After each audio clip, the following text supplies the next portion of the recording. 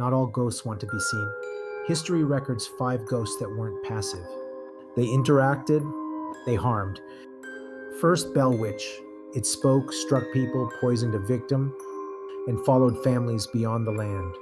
Second, Borley Rectory. Objects moved, fires started, and a phantom nun appeared repeatedly, even after destruction. Third, Myrtle's Plantation. A ghost known as Chloe appears in photos, touches guests, and causes sudden illness. Fourth, La Llorona. Sightings bring paralysis, disorientation, and lingering psychological damage. Fifth, Bloody Mary. Accounts describe scratches, fainting, and mental collapse after ritual encounters. These weren't echoes, they responded. The most dangerous ones don't stay silent.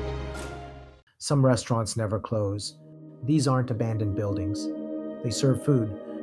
They seat guests, and history says 5 of them never emptied. 1, White Horse Tavern. Staff report plates moving on their own, unseen hands brushing past, and voices calling from empty rooms after closing. 2, Union Oyster House. America's oldest restaurant. Employees describe a long-dead manager who still checks on guests, then disappears mid-step. 3, Old Talbot Tavern. Bullet holes still mark the walls. Staff report objects thrown, footsteps upstairs, and figures seen watching diners eat. 4, LaLaurie Mansion. Now a restaurant and event space. Patrons report sudden nausea, cold spots, and the feeling of being observed while seated. 5, McMenamin's Edgefield, former asylum grounds. Servers report shadow figures, whispering near tables, and glasses sliding without touch. These places don't feel angry. They feel occupied. Some meals are never eaten alone. I've stayed in dozens of Airbnbs before, but this was the first one where I felt like we weren't alone in the house. Not because we saw someone, but because we heard them crawling above us every night. Back in March 2024, my girlfriend and I rented a remote cabin Airbnb in northern Vermont. The listing advertised it as a peaceful off-grid retreat, and it was, at first, no neighbors, no cell service, just forest. The first night was completely normal. We grilled outside, watched a movie, and went to bed around midnight. Sometime around 2 a.m., I woke up to a faint sound above us, like wood creaking. I assumed it was the house settling. But then it happened again. Slow, dragging, crawling, directly above the bedroom ceiling. I nudged my girlfriend awake, and we both listened. It sounded like someone shifting their weight, inching across the floorboards above us, but the cabin didn't have a second floor. The next morning, I checked the property listing again. No attic, no loft, nothing. Still, I asked the owner. He replied hours later, "There's no crawl space above the bedroom. Must have been animals on the roof." That explanation worked until night 2. At 2:17 a.m., the crawling returned, slower this time, more deliberate. We heard 3 knocks above the bed, then silence. Dust drifted down from the ceiling vent. That's when I noticed something strange. There was a square outline in the ceiling paneling, like a sealed hatch, painted over. The next day, curiosity got the better of me. While my girlfriend was outside, I stood on the bed and pushed against the panel. It didn't budge. But when I knocked on it, something knocked back. 3 times. I jumped down immediately.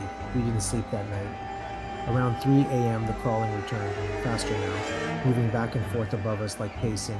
Then we heard scratching, right above the bed. We left before sunrise. Before leaving, I checked under the bed for anything we dropped. That's when I saw it. A wooden hatch was built into the floor beneath the bed frame, locked from the outside. I messaged the owner about it. He never responded, but the listing was removed the following week. And to this day, I still wonder if the hatch under the bed was locked from our side. Who locked the crawl space above us? I accepted a last-minute babysitting job through an app. But when I arrived, the parents only had one rule: never go into the nursery upstairs. This happened in May 2024. The job paid well, $200 for one night. The couple seemed normal when I arrived, but something felt tense. Before leaving, the mother said, "If you hear crying upstairs, ignore it. The baby monitor is broken." That confused me because they said they only had a 6-year-old boy staying over, not a baby. Around 11 p.m., the boy fell asleep on the couch.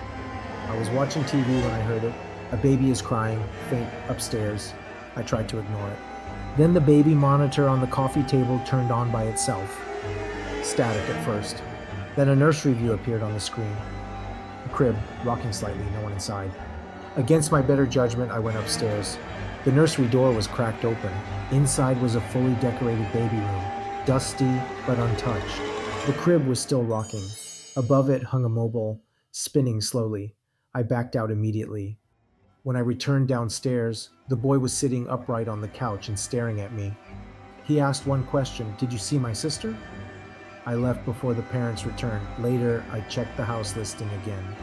Public records showed the couple had lost an infant years earlier. But what still bothers me is the babysitting app review left under my name. It simply read, "Thank you for watching both of them." On August 9th, 2013, at approximately 12:50 a.m., Brandon Lawson pulled his truck over on the side of Highway 277 near Bracketville, Texas. He called his brother first. Brandon sounded panicked. He said someone was chasing him. Minutes later, Brandon dialed 911. The call connected. Brandon told the dispatcher he was bleeding and hiding. He said he could see people in the distance. His words were rushed, disorganized. Then the call abruptly cut out. When police arrived, Brandon's truck was still running. The driver's door was open. His phone, wallet, and clothing were nearby. There were no signs of a struggle, no blood, no footprints leading away from the road. Search teams combed the area for days. Dogs lost the scent quickly. Helicopters found nothing. Years later, audio specialists enhanced the 911 recording. That's when something changed. Behind Brandon's voice, investigators heard another voice. Not the dispatcher, not Brandon. Something responding. Some listeners hear the words, "Yeah." Others hear, "We're not talking to you."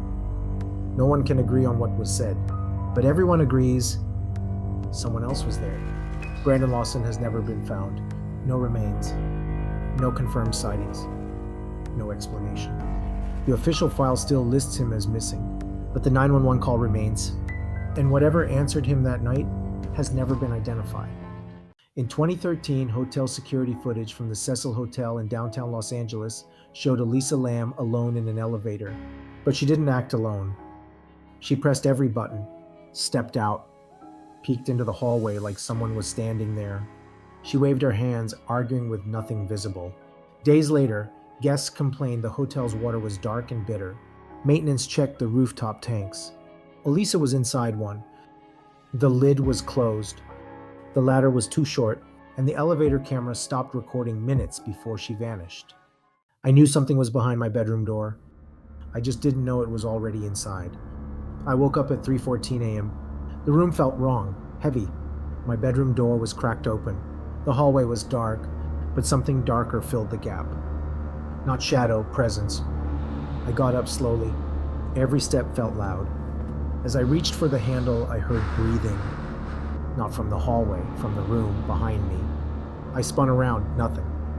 The closet door was now open, wide. I know it was closed. I took one step toward it. The breathing came again, from inside the closet. Slow, wet, like someone breathing through their mouth.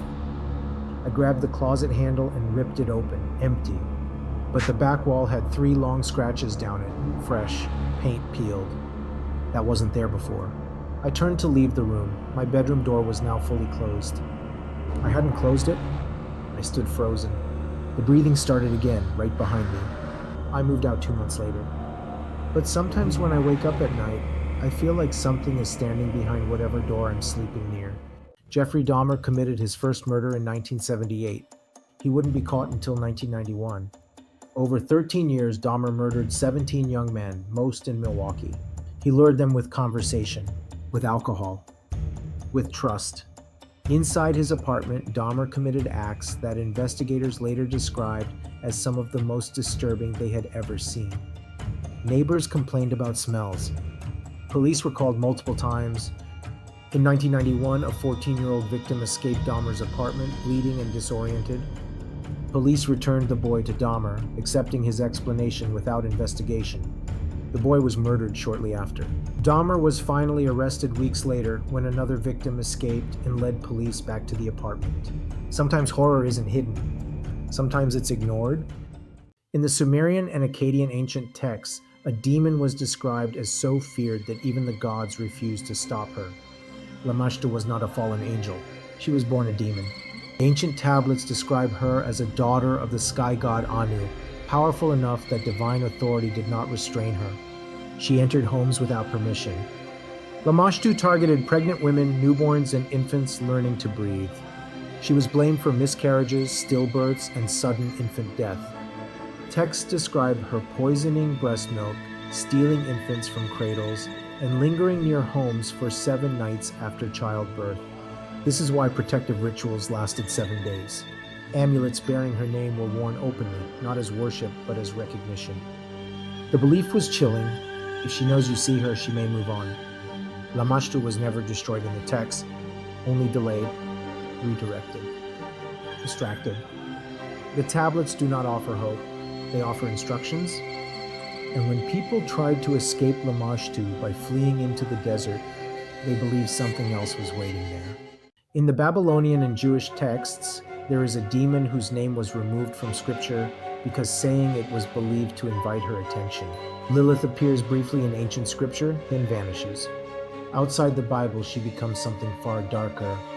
Ancient texts describe Lilith as a night demon who dwelled in ruins, deserts, and abandoned places. She hunted sleepers, not crowds. She entered homes at night through windows, cracks, and dreams. She attacked infants. She stole breath. Protective amulets were placed above beds and doorways, engraved with her name and angelic symbols meant to repel her. These artifacts still exist. Texts warn that Lilith could appear as a familiar figure, a comforting presence, a whisper that knew your name. Later, religious authorities reduced references to her, not because belief faded, but because fear persisted. Some names were removed not to erase them, but to stop them from being spoken. But Lilith was only one of many demons that entered through desire, and one of them destroyed marriages from the inside.